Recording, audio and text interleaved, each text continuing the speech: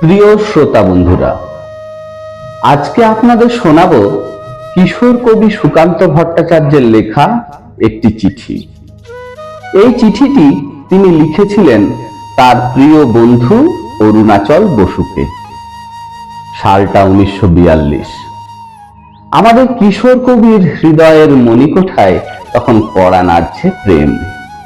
কবি অনুভব করছেন প্রেমের নানান বিস্ময়কর অনুভূতি।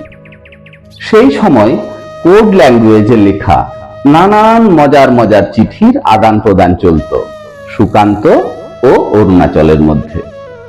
এই চিঠিটি সেই চিঠিগুলির মধ্যে একটি। তাহলে চলুন শুনে নি সেই চিঠি। বেলেঘাটা, 17/4/1942। আশানুরূপেষু অরুণ, আজ আবার চিঠি লিখতে ইচ্ছে হলো তোকে। আজকের চিঠিতে আমার কথাই অবশ্যই প্রধান অংশগ্রহণ করবে, এজন্য ক্ষুব্ধ হবি না তো? কারণ আজকে আমি তোকে জানাবো আমার সমস্যার কথা, আমার বিপ্লবী অন্তর জগতের কথা।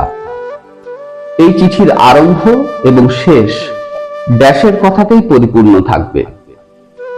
একবার যখন আদি অন্ত জানতে কৌতূহল প্রকাশ করেছিস, তখন তোর এই চিঠি ধৈর্য ধরে পড়তেই হবে এবং আমার জন্য মতামত আর উপদেশ পাঠাতে হবে।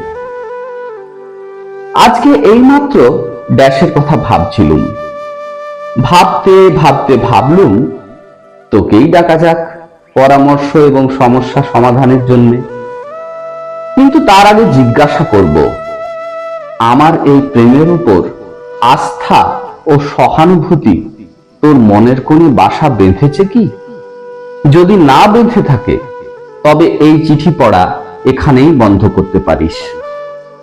যদিও তুই একবার আমাকে কৌতূহল জানিয়ে আমার মনের চোরাকুঠুরির দ্বার ইতিমধ্যেই ভেঙে দিয়েছিস, তবুও তোকে জিজ্ঞাসা করছি, আমার এই সমস্যার উপর তোর কিছুমাত্র দরদ জেগেছে কিনা? যদি জেগে থাকে তবে শোন।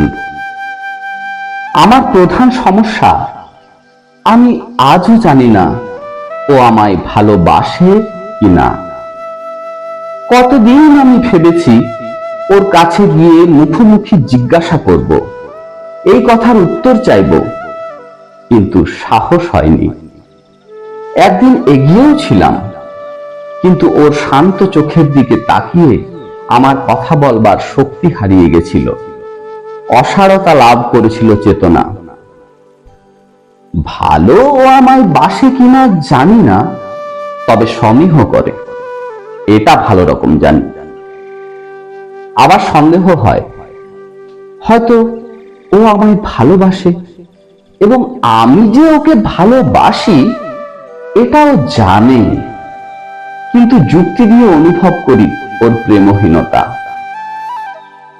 বাস্তবিক আমার প্রেমের বেদনা বড় অভিনব। হয়তো আমি যে সিঁড়ি দিয়ে উঠছি, দেখি সেই সিঁড়ি দিয়েই ও নামছে। অবতরণকালীন ওর ক্ষণিক দৃষ্টি আমার চোখের উপর পড়ে আমার বুকে স্নিগ্ধ মধুর শিহরণ জাগিয়ে যায়। একটু আনন্দ, কিন্তু পরক্ষণেই বেদনায় মুষড়ে পড়ি। একটি ঘরে অনেক লোক, তার মধ্যে আমি যখন কথা বলি, তখন যদি দেখি ও আমার মুখের দিকে চেয়ে আমারই কথা শুনছে, তাহলে আমার কথা বলার চাতুর্য বাড়ে আরো বেশি। আমি আনন্দে বিহ্বল হয়ে পড়ি। এমনই ওর প্রতি আমার প্রেম। কিন্তু বড় ব্যথা, বছরখানেক আগে আমার ওর সঙ্গে কথা বলার সুযোগ ঘটেছিল এবং আমিও সেই সুযোগ অপব্যয়িত করিনি। অবশ্যই ইতিপূর্বেই ড্যাশের চেষ্টায় অস্বাভাবিকভাবে কথা বলার চেষ্টা আমাদের করতে হয়েছিল। ঘটনাটা তোকে একবার বলেছি, তবুও বলছি আরেকবার। একটা সভা মতো করা হলো, তাতে উপস্থিত থাকলো ড্যাশ। সেই সভায় আমাদের কথা বলতে হলো। প্রথমে সে তো লজ্জায় কথাই বলতে চায় না। শেষ পর্যন্ত জিজ্ঞাসা করল, সিগারেট খাওয়ার অপকারিতা কি? আমি এতক্ষণ উদাস হয়ে অর্থাৎ ভান করে ওদের কার্যকলাপ লক্ষ্য করছিলাম। এইবার অতি কষ্টে জবাব দিতে থাকলো, কিন্তু সেদিন আর আলাপ এগোয়নি। এদিকে আমি উপলব্ধি করলুম ওর সঙ্গে কথা বলার অমৃতময়তা। তারপর থেকে ওর সঙ্গে আমার কথা বলার তৃষ্ণা অসীম হয়ে দেখা দিল, এবং সে তৃষ্ণা আজও দূরীভূত হয়নি। এর মাসখানেক পরে এলো আরেক সুযোগ। আমাদের বেলেঘাটায় এলো ও, কোনো কারণে। সারাদিন ও রইল, কিন্তু কোনো কথা বললাম না ওর সঙ্গে। কিন্তু সন্ধ্যার পর এমন এক সময় এলো যখন আমরা দুজনেই একটি ঘরে একা পড়ে গেলাম। দুজনেই শুনছিলাম রেডিও। রেডিওতে গান হচ্ছিল, প্রিয় আজও নয়, আজও নয়। কিন্তু গানটাকে আমি লক্ষ্য করিনি, এবং লক্ষ্য করার মতো মনের অবস্থাও তখন আমার ছিল না। কারণ কাছে, অতি কাছে ও বসেছিল। বোধহয় অন্যদিকে চেয়ে নিবিষ্ট মনে গানই শুনছিল, আর আমি মুগ্ধ হয়ে দেখছিলাম ওকে। অত্যন্ত সুন্দর পোশাক সজ্জিতা, ওকে আমার বড় ভালো লাগলো। ভেবে দেখলাম এক ঘরে থেকেও দুজনে কথা না বলা লোকচক্ষে নিতান্তই অশোভন। তাই অনেকক্ষণ ধরে মনে বল সঞ্চয় করে ডাকলুম, ব্যাস।